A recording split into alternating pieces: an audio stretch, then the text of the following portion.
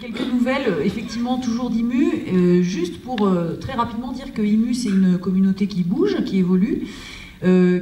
plutôt dans le sens d'une augmentation de son périmètre. Et alors ça se joue dans deux versants. Le premier qui est effectivement celui de labos qui œuvrent ou font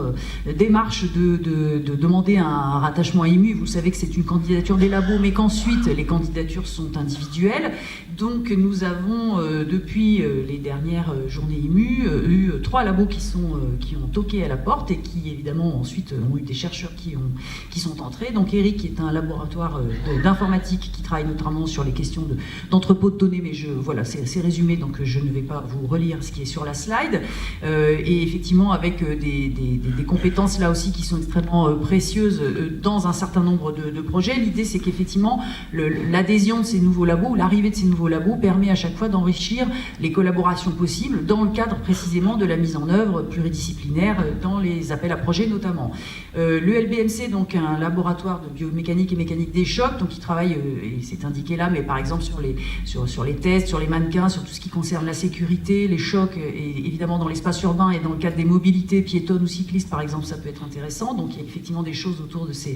des compétences là qui sont extrêmement utiles pour travailler par exemple sur les questions de mobilité et de mobilier urbain. Et puis le dernier en date, donc l'équipe des rongeurs sauvages,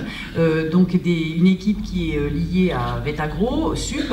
et qui effectivement travaille sur les populations de rongeurs, notamment en ville, et évidemment sur la façon dont on peut à la fois travailler sur l'habitat, sur les réseaux, en tenant compte de ces populations qui ont des effets indésirables, mais pas que. Voilà, donc des compétences là aussi en termes de travail sur l'écosystème urbain au sens vivant du terme, qui sont tout à fait importantes et qui vont permettre là aussi de décliner, d'envisager des projets avec des spectres ou un éventail qui se renouvellent. Et puis l'équipe IMU a bougé aussi, alors c'est la slide suivante, voilà. Donc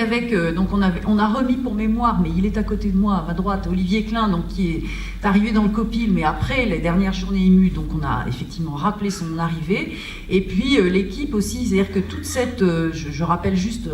d'un mot que IMU c'est environ 530 chercheurs, à peu près une trentaine de labos, une trentaine de disciplines, donc c'est une énorme communauté, on va dire, et que pour voilà, porter, accompagner toute cette communauté, les projets, et bien effectivement il y a une équipe d'animation tout à fait engagée et qui s'est aussi élargie, donc avec les 4 derniers arrivantes qui sont ici, mais que vous voyez aussi dans la salle, donc Emmanuel Broga sur les questions de valorisation et de recherche de coopération internationale, Marion Nicolas donc sur les questions de relations partenariales, Didier Chanfray sur plutôt les questions de ludification, serious game, etc. Et puis François Bria qui renforce l'équipe aussi en termes d'animation scientifique. Voilà, donc l'équipe est du coup évidemment très très connectée, vous le savez, avec tout ce qui est le montage et l'accompagnement des projets, et c'est aussi le signe que la communauté est active, c'est qu'il a fallu aussi effectivement aller chercher des forces nouvelles pour continuer à porter, à vivifier et à accompagner tout cet ensemble de projets. Voilà.